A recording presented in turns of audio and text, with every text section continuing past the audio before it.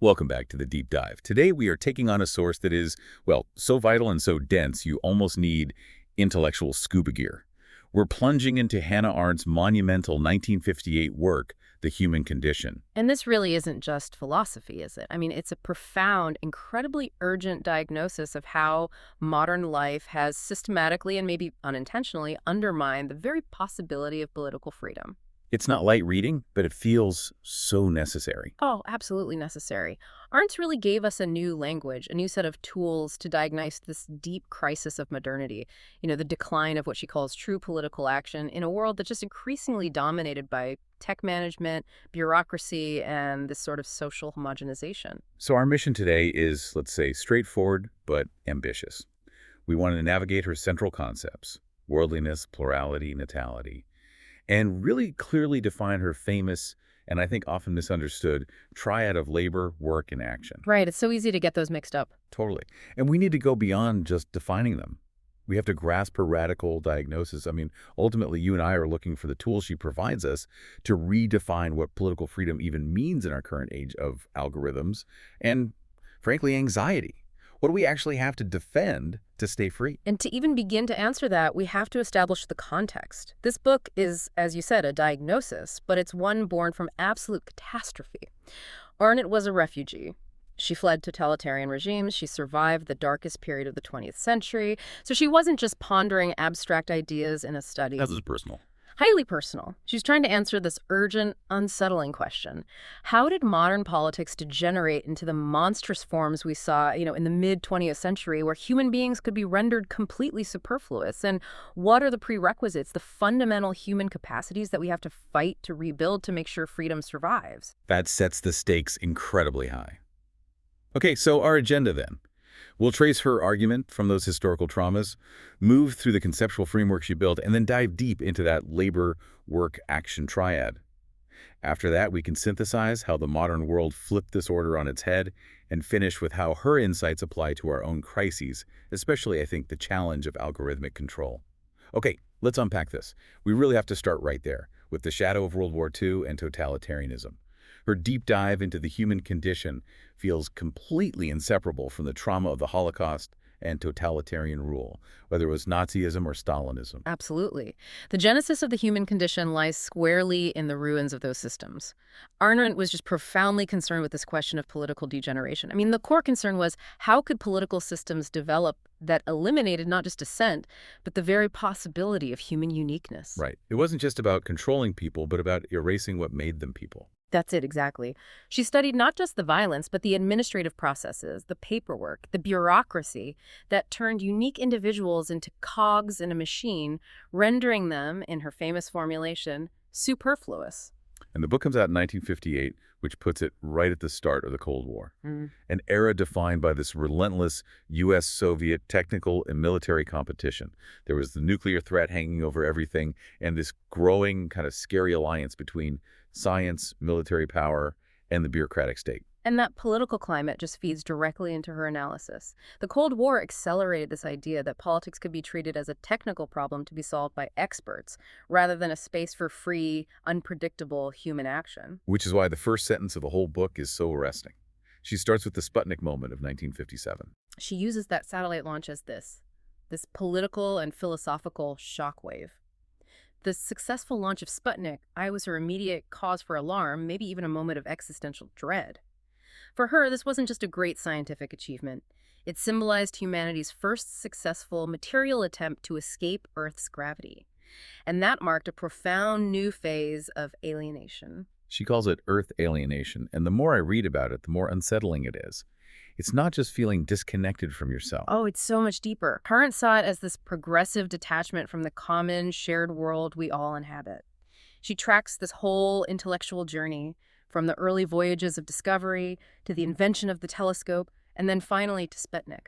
Modern humans have been continually seeking what she calls the Archimedean point. The point outside the world from which you can move it. Exactly, a cosmic perspective entirely outside the Earth to examine and control the world from a detached vantage point. We're trying to see the whole world objectively, as if we weren't standing in it. And that attempt to stand outside the world and treat it like an object, that's what causes this. this loss of affection, a loss of responsibility for the world itself. That's her fear. She considered this world alienation to be more defining of the modern age than the traditional self-alienation that philosophy always focuses on. The risk she identifies is just profound. We might find a leverage point to move the Earth, to control it with technology, but in doing so, we completely lose our vital footing, our amor mundi. We lose our love for the common world. And that ties right into the second big technological shock of her time, the paradox of automation. I mean, the 1950s saw this rapid rise of automation, which on the surface promised to liberate humanity from the fetters of labor. The dream of no longer having to toil just for basic subsistence. But this technological gift, for Arendt, conceals her deepest anxiety. Modern life had already fully structured itself around these relentless cycles of labor, work, and consumption. So if we've forgotten how to use freedom, if our whole identity is just being a job holder, what happens when automation actually frees us? That's the question.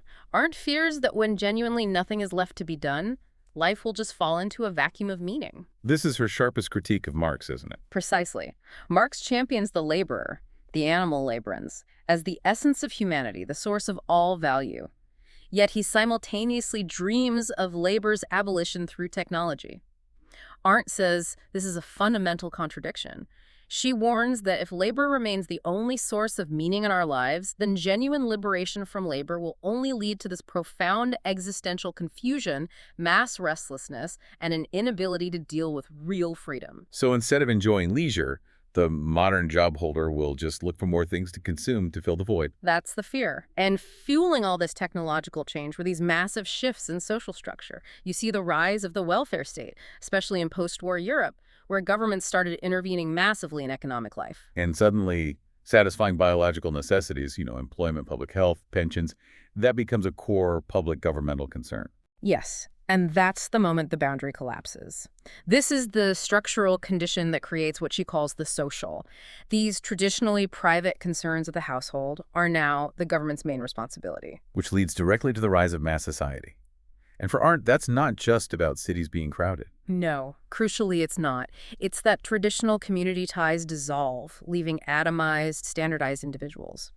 But the real definition of mass society for Arendt is that people start to define themselves in this dual way, as consumers and as job holders. Your identity becomes your function and your ability to consume. The entire political landscape is now populated by the animal laborers operating on a mass scale.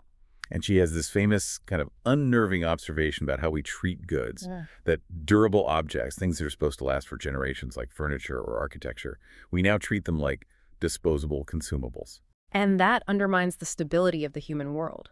These durable objects are supposed to anchor us, to outlast our individual lives. But now they get consumed almost as quickly as food.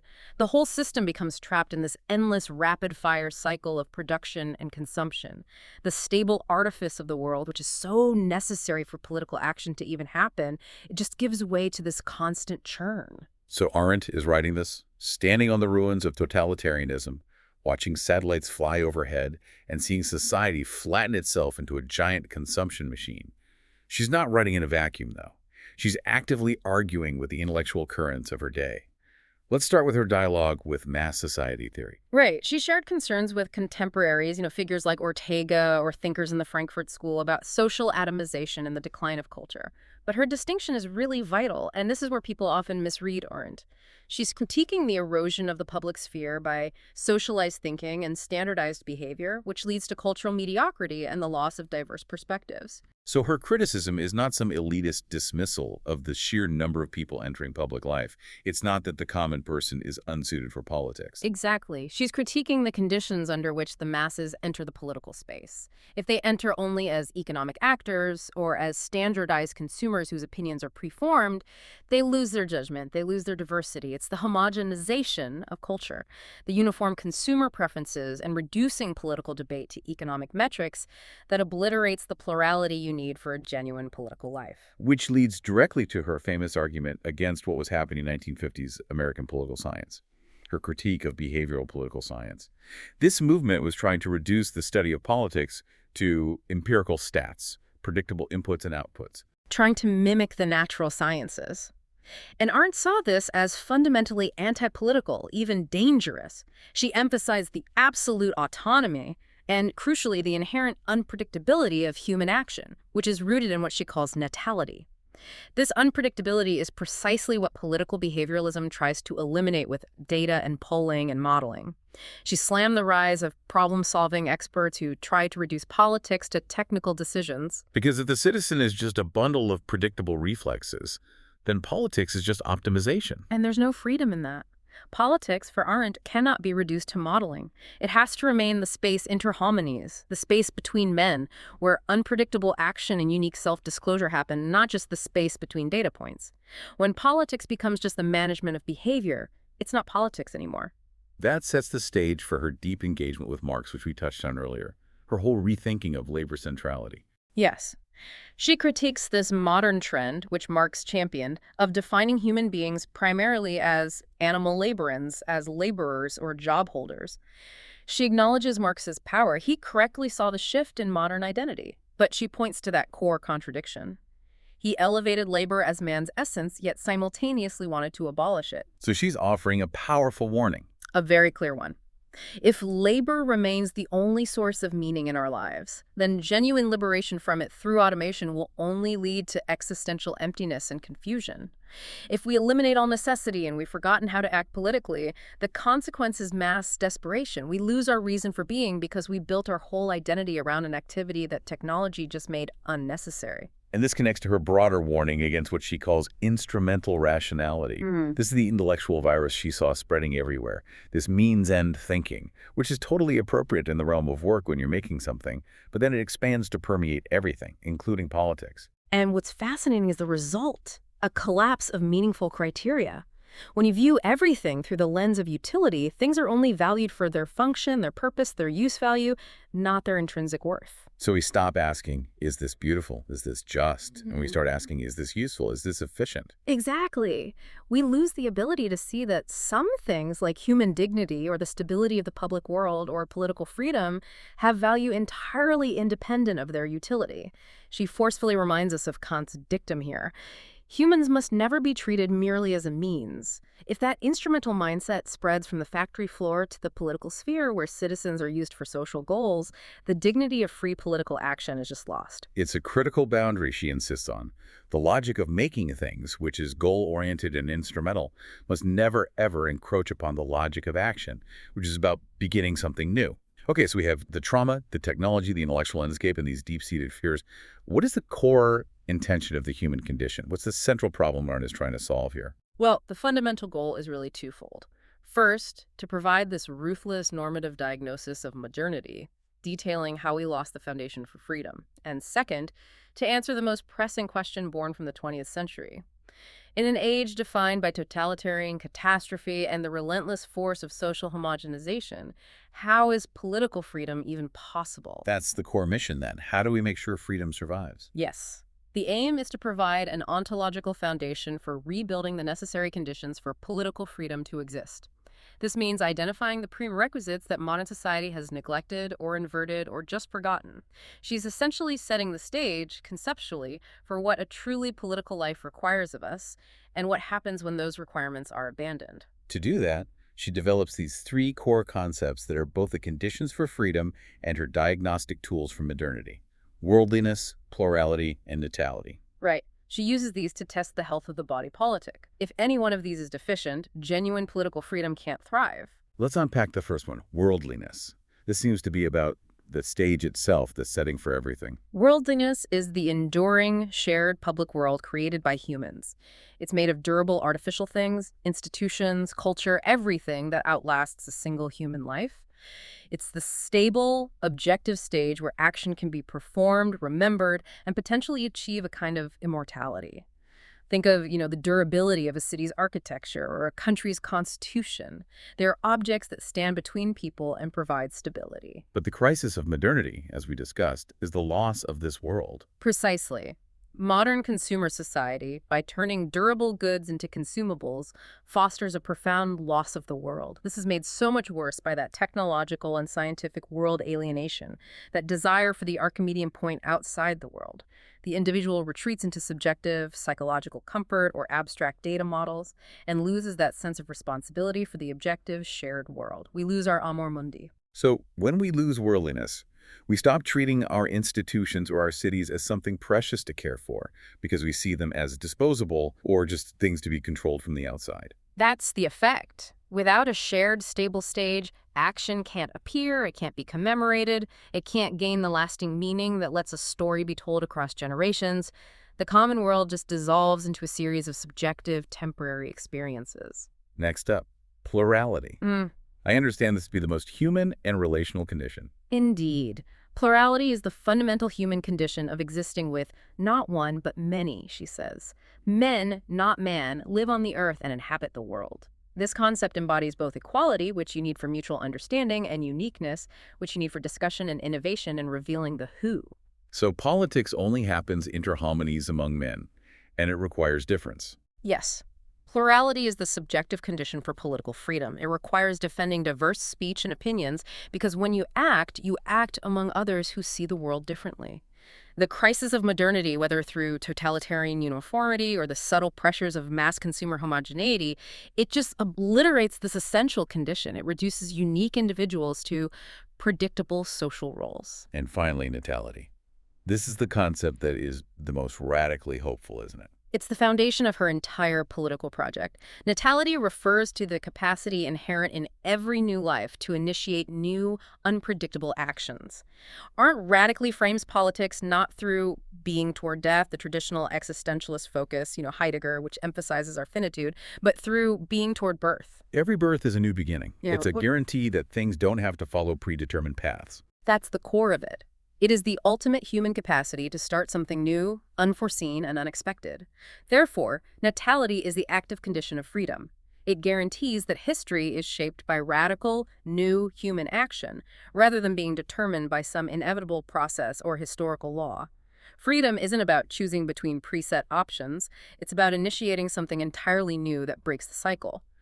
This capacity for surprise is the core of political life, and Arendt sees it as the ultimate counterforce to totalitarian control. Okay, so before Arendt gets into labor, work, and action in detail, she has to set the philosophical stage in the first couple of chapters. First, she has to reassert the value of the active life, the vita activa. This is a huge polemical move against the entire Western philosophical tradition. Arendt is trying to break this traditional Platonic hierarchy where the vita contemplativa, the contemplative life of the philosopher, is valued above the vita activa, the active life of politics and making things. It's Plato's cave allegory, right? Right. The philosopher escaping the shadows of political life to see the true sun. Exactly. And Arendt rejects that intellectual snobbery.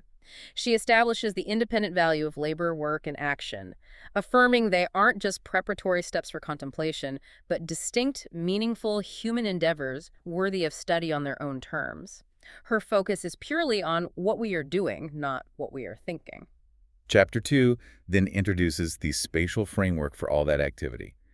The famous public-private social triad. This is the stage where the whole modern crisis plays out. It's the defining architectural feature of modernity. In the classical dichotomy, you had the private realm associated with biological necessity, survival, the household, the domain of labor. It was ruled by necessity and hierarchy, and it was hidden from public view.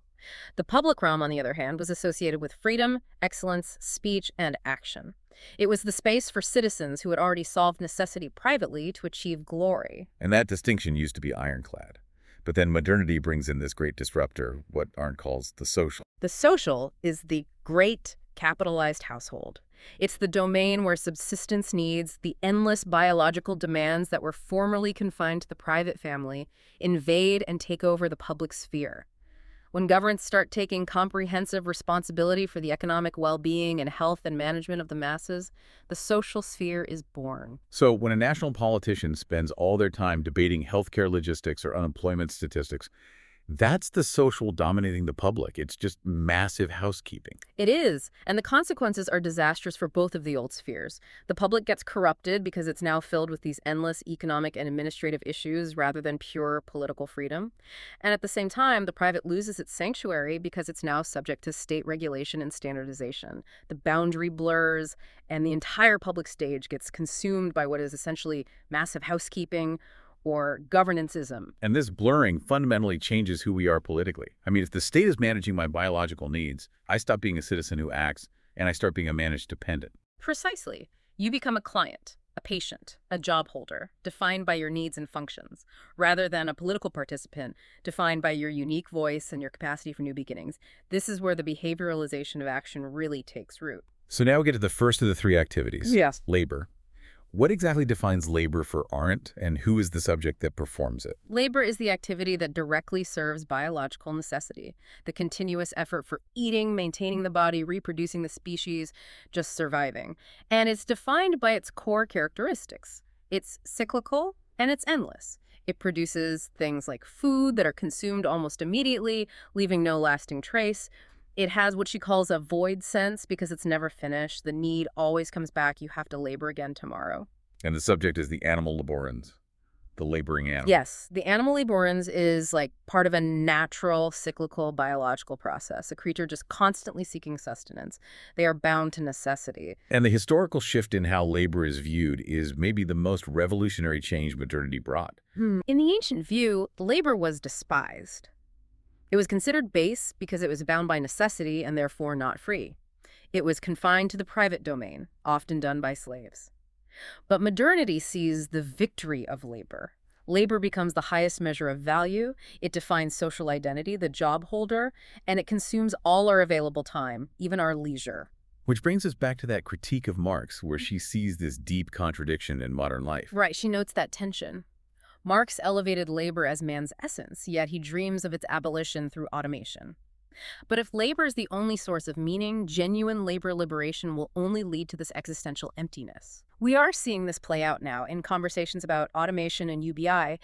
If people are suddenly freed from necessity, what culturally are they prepared to do with that freedom? And the societal consequence is the commodification of everything, even things meant to last. Yes, durable goods are labor objectified into rapid consumption goods. The entire society becomes this vast, non-stop labor machine obsessed with the production-consumption cycle. This system reduces humans to those who are just merely living, always scrambling for subsistence and satisfaction of biological need, even if it's on a grander, more comfortable scale. The stability of the world is sacrificed for the speed of consumption. Okay, moving up the hierarchy, we get to work. If labor keeps us alive, work is what creates the world we live in. This distinction is so critical for her. It is. Work is the manufacturing of the artificial human world, what she calls the artifice.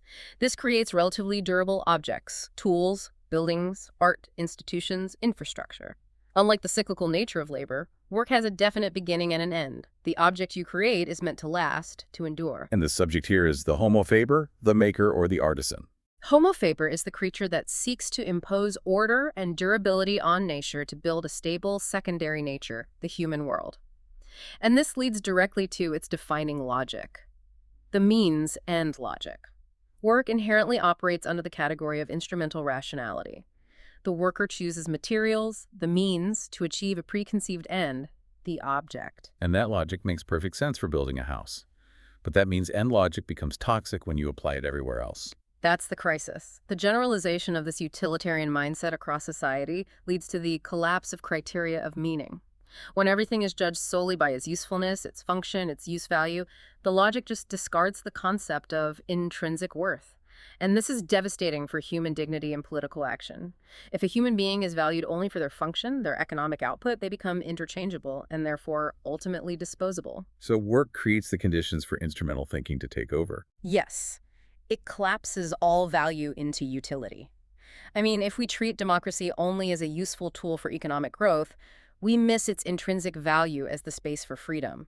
If we treat education only as job training, we miss its intrinsic value for cultivating judgment. But work does have a positive, essential side. It's necessary for action, right? It has this crucial dual role. Positively, work constructs the stable, persistent physical stage, the buildings, the institutions, the artifacts that are necessary for free action to appear and endure. Without a stable world to act in, action just vanishes.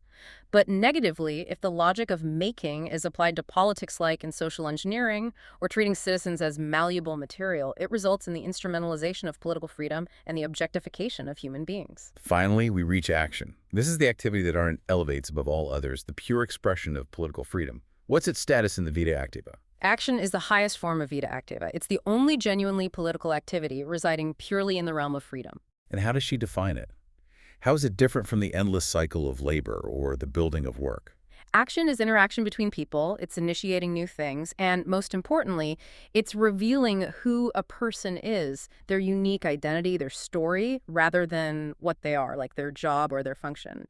It is the spontaneous beginning, the radical break. Let's break down its core characteristics, starting with appearance. Appearance is absolutely essential. Action only happens on the public stage, the space of appearance. It is through speech and deed, by revealing your unique perspective, that your identity is disclosed to others. The presence of others is what validates both the reality of yourself and the shared reality of the world.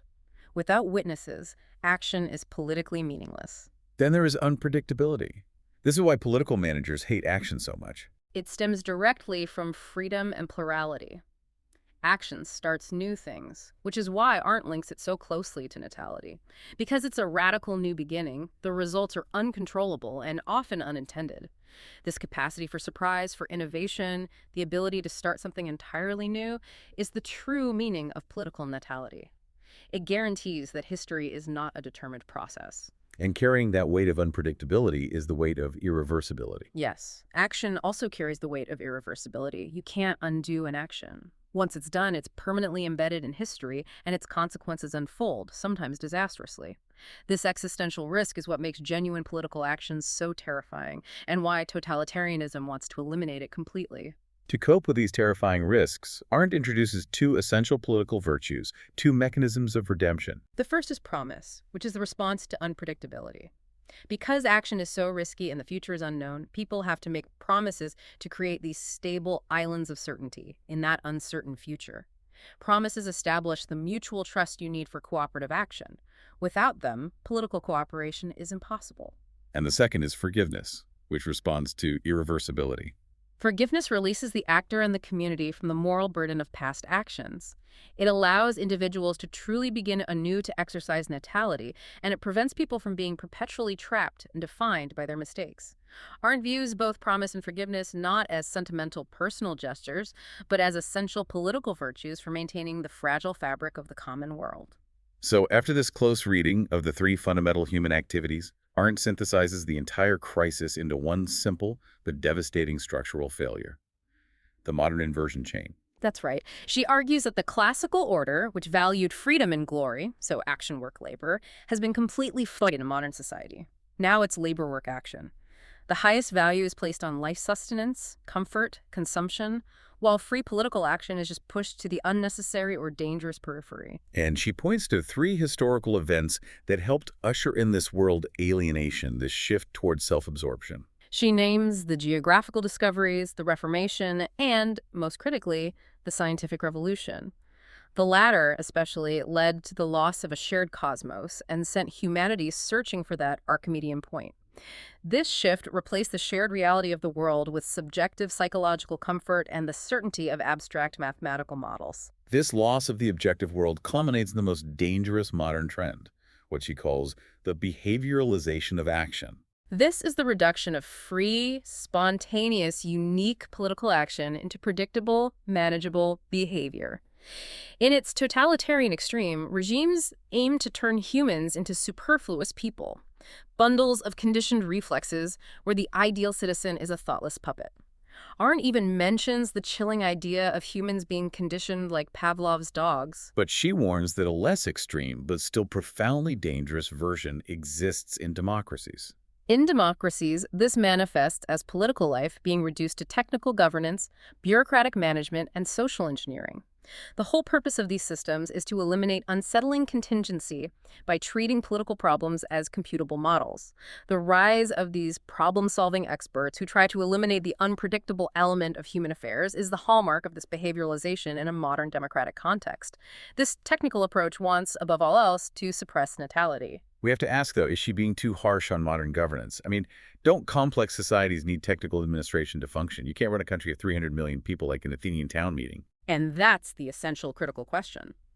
Arendt acknowledges that complex life requires administration. It requires work. Her challenge is that the logic of administration, which is means end efficiency, should not replace the logic of politics, which is free, unpredictable action.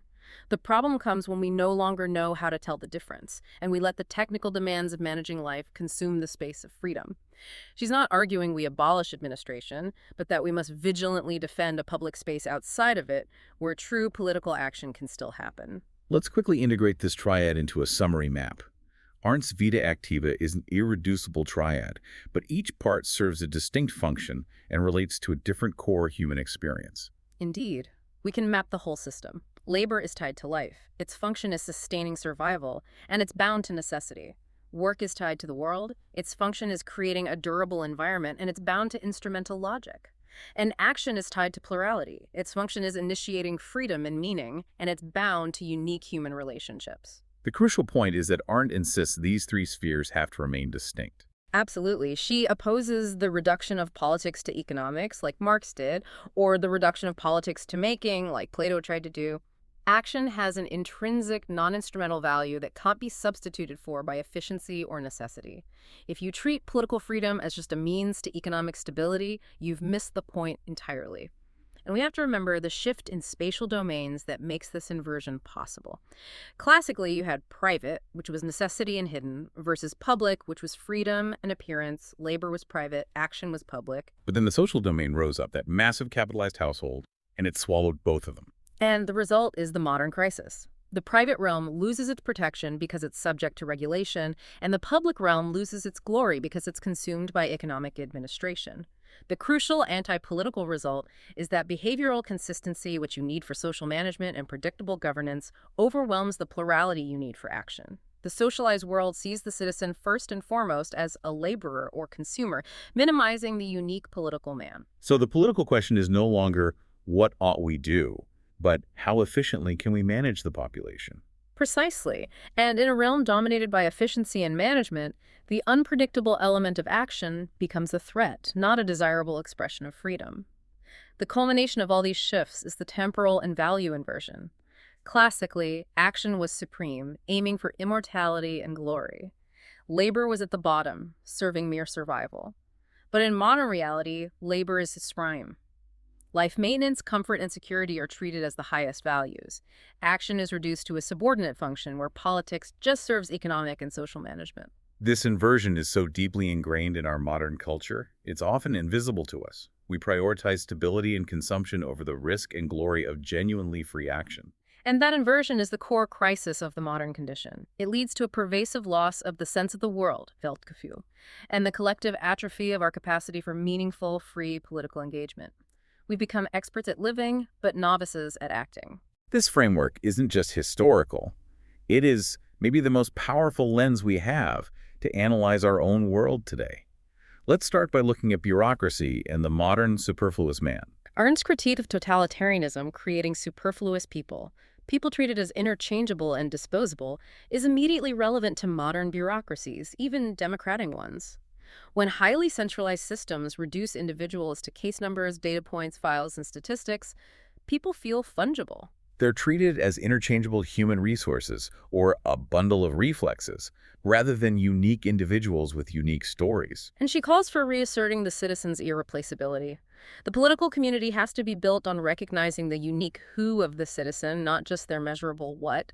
We have to guard against systems that treat people like gears in a machine, which often leads to political disempowerment and dehumanization through just administrative indifference. Bureaucracy is the logic of work applied to people, which strips them of their action-based dignity. But the most modern challenge, one didn't live to see in its fullness, is the algorithmic society and behavioralization. This feels like the logical conclusion of the anti-political trend she saw. It is the ultimate technical extension of modern behaviorism. Big data, algorithmic governance, AI-driven prediction systems. They analyze past behavior to predict, influence, and preempt future behavior. They are designed explicitly to eliminate the contingency and unpredictability that aren't identified as the essence of political freedom and natality. And this is more dangerous than past behavioralism because it operates at a scale and speed that's invisible to the citizens. Social media and personalized news feeds In this context, become a sophisticated conditioning box where the unique who is irrelevant. The person is reduced to a calculated, predictable pattern, a series of quantifiable preferences. This just suppresses natality and spontaneous freedom. When every choice you make is guided or filtered or optimized based on a prediction of what you're likely to do, your capacity to start something truly new is severely compromised. So the ultimate political threat is being perfectly understood by a machine. Exactly. It fulfills the anti-political trend Arendt warned about by technically achieving the elimination of the unexpected. Arendt would urge us to vigilantly guard the incalculable core of humanity, that space where the unexpected, the miraculous political beginning is still possible. If we are perfectly predictable, we are no longer free. We also have to consider the paternalism of the welfare state, a trend she observed directly as the ultimate expression of the social sphere. Arendt cautioned that when the state assumes comprehensive cradle-to-grave care for life managing every aspect, from employment to retirement, citizens risk degenerating from political subjects capable of action into passive managed objects. They're seen as patients or children rather than autonomous participants. Which leads to this governance tendency, where political debate becomes purely managerial. When public discussion only focuses on efficiency, security, and economic metrics, politics becomes a technique of massive housekeeping, governancism. This leads directly to political apathy, the participation paradox of welfare democracy, because citizens feel there's no space left for free, meaningful action. Everything is either necessary, like labor, or technical, like work. Arndt's suggestion isn't to dismantle the social contract, but to find ways to apply participatory democracy to turn these administrative social issues back into genuine political debates, reclaiming citizen autonomy. So after this sobering diagnosis, Arendt is profoundly not hopeless. She calls for a normative rebuilding, a civic philosophy rooted in the courage of action. The first tenet is that freedom is a common beginning. Freedom is not a private, internal experience for her. It's the ability of citizens to collectively initiate new things, to create historical miracles that defy prediction. She encourages us not to wait for great figures or historical laws to define our future, but to believe that freedom is created spontaneously through concerted action. Every act of citizen organizing, every movement that surprises the system, is a practice of natality. She loved the spontaneity of the 1956 Hungarian councils, for instance, where citizens just created true political spaces out of thin air. But freedom needs a stage, which leads to the idea of constructing the public stage. The political space isn't just given, it has to be actively built through institutional innovation. This stage must accommodate diverse voices and new beginnings. We have to continuously rebuild the shared physical and institutional spaces, from local assemblies to durable civic organizations that allow the plurality of voices to appear and interact. Every generation has the responsibility to cultivate this space of appearance anew. And this act of construction leads to action as dignity. She actively pushes back against modern cynicism here. To combat cynicism, Arendt insists that public participation is the path to achieving the highest human value, glory and excellence. Dignity comes from having found one's voice in the public world, from contributing your unique perspective and leaving a memorable mark. This is an experience far superior to mere consumption or private self-improvement. It's a political virtue, the courage to show up, to initiate and disclose yourself honestly to others.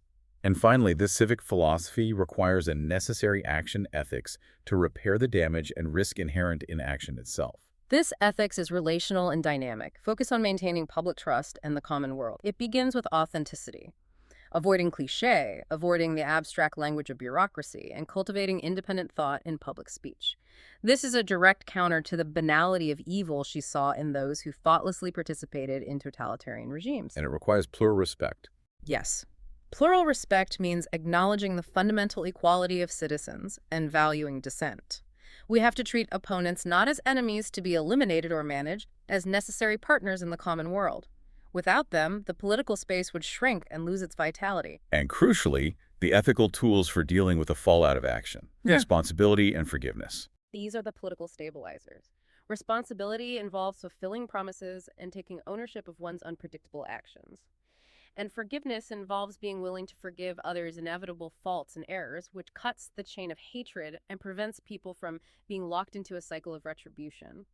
This relational ethics ensures the fabric of the common world doesn't tear under the strain of continuous, irreversible, and free action. If we leave you with one final thought on Arendt's monumental legacy, it's this. Her message is not one of despair, despite her profound diagnosis of crisis. It's one of radical, persistent possibility. She provides a clear, three-part framework, worldliness, plurality, and natality, to judge whether modern policies and technologies are truly maintaining the conditions for freedom or if they're just furthering that inversion of values. The crisis is real, but the human capacity to start anew is the permanent antidote. What stands out to me is the fierce urgency of her call. She reminds us that the light in dark times comes not from hopes and fantasies, but from those who act bravely in the darkness.